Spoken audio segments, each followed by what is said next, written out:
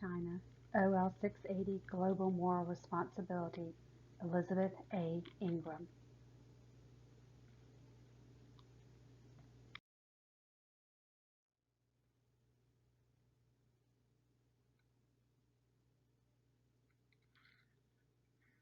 The country which I have chosen for my video presentation is China. China interests me because it is a country in which I have lived in before. I am returning to China in February of 2020 for work to teach English as a second language in Tiananmen, which is in the southern part of China. I find it important to be able to understand the Chinese culture in which I will be working in. China is the oldest living civilization. It is the biggest socialist country which promotes growth to its economy. China is of interest to me because I find that it is important to know about the culture and people of the country in which I will be living in. I will be part of and living with cultures which are different from the United States, and the cultures in China, they vary from region to region within China. Studying the culture and people will prepare me and will also help me to make for an easier transition. The relationships in China in the workplace are different from how they are set up in the United States. Learning about the dynamics before I travel to China once again will help to improve my relationships with the locals that I work with on a daily basis.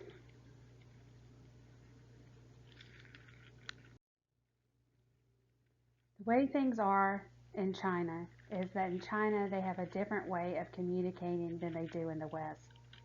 The way in which relationships are built is quite different.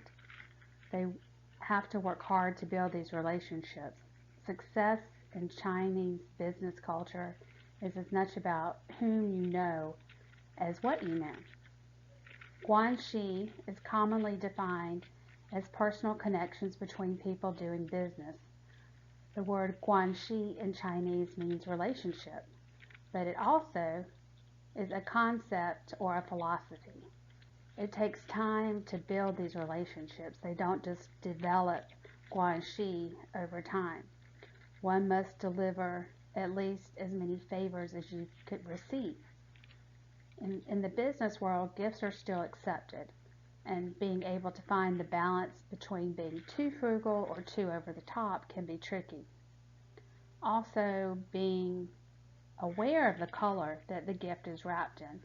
So the safest color to wrap gifts in is red. Gifts from a business colleague may not be opened immediately, so do not be offended by this. Do not be surprised if the gift is turned down several times before being accepted. You have to offer it to the Chinese person usually 3 times before they will accept the gift. And if the gift is too lavish, it may be seen as a sign of being greedy to accept it. So you have to find that balance. In business decisions, the Chinese make them together. It's not based on the majority like it is in the Western world. All parties must agree unanimously, and this process may be lengthy and it can take some time to do. So you need to have patience, and patience is seen as a virtue in which you will need to work on to establish. This process may be lengthy and it can take, quite some time. No, it is a word which is seldom used. So in the Chinese culture, for them to say no, that is a word that you're not going to hear too often. Terms such as we'll get back to you, or we must think about it, are what are heard. Be prepared for long negotiations, and even after the contracts have been signed, negotiations will still occur for quite some time. English is still not spoken widely throughout China, even in the business world. They do appreciate it if you know a few words or sayings in Chinese. This will help you to go a long with the Chinese. In speaking with the Chinese, speak slowly and distinctly and do not use hand gestures. These are rude, and what one gesture may mean in the Western civilization, it may be taken a totally different way. Also, do not speak in generalities or use unnecessary jargon. Time in China is not as important as it is in the West. When having a business meeting, it is not uncommon for the individual that the person is having a meeting with to call upon arrival, instead of having a definite scheduled time. So you may arrive at the meeting place, then you'll have to call upstairs to whomever you are meeting with and let them know that you're downstairs. And I observed this when I was in China, when I would have to go to meetings. I would ask them, what time do you want to meet? And they would say, oh, just come on a Tuesday and call me when you get there. So I would arrive and then I would call them. Sometimes they would be there. Other times they would be out of the office. They may be at lunch or in another meeting. And so you would just have to sit patiently and wait for them to arrive. The concept of face is very important to the Chinese.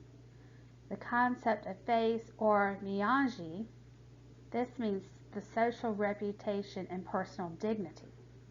It is important for them to never make a person lose face by ignoring or criticizing and making fun of them. They are sensitive to what other people will think of them.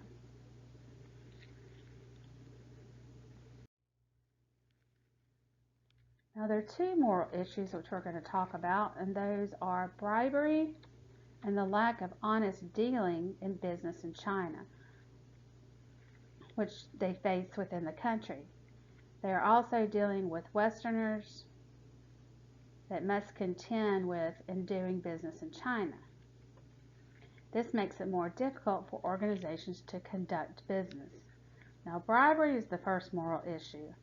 Bribery or gift giving is a moral issue that will likely be faced as an organizational leader in China. In China, this is a common practice, whereas in the West, it is not, and it is seen as a form of corruption. Practices such as gift giving or token cash gifts, which are known as red envelope. So you would give somebody a red envelope and it would be filled with money.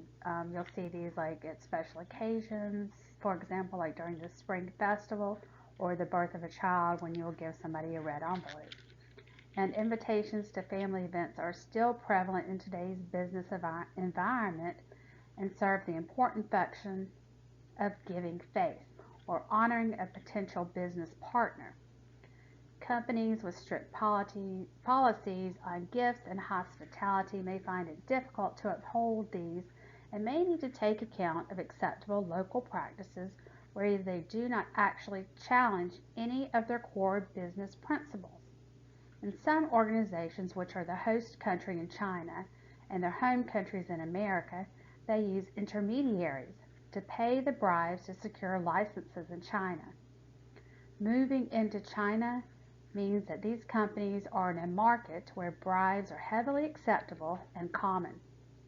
For them to do business in China, they may be having to accept such bribes to be successful in China. They will have to adhere to and respect for the local traditions. In Lecture 4A, we talked about how local traditions matter. Context matters, and ultimately the primary goods matter. Donaldson said that companies must help managers distinguish between practices that are merely different and those that are wrong. In China, bribes are not wrong, but a part of doing business. Other home countries, which are host countries within China, have noted that they are acceptable bribes.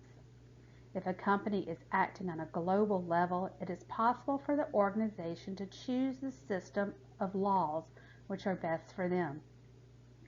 In China, many companies try to bribe other companies and individuals that they work for in exchange for gaining an upper hand and acquiring the position to move up within the organization. In America, one would be held accountable for such actions and face consequences, including being fired from the organization or prison. There could be fines, other things could happen. In China, bribery is a way of increasing one's income, where salaries could be quite low compared to the United States and other countries.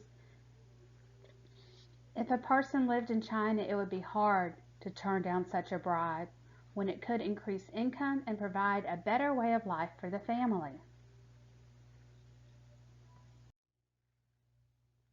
Lack of honest dealings in China. In China, there's a lack of honest dealings. What is accepted by one culture may not be tolerated by another culture. This is seen clearly by Garrett and his moral principles and the additions that were later added to it, making up the 14. The priority rule, beneficence, overrides honesty.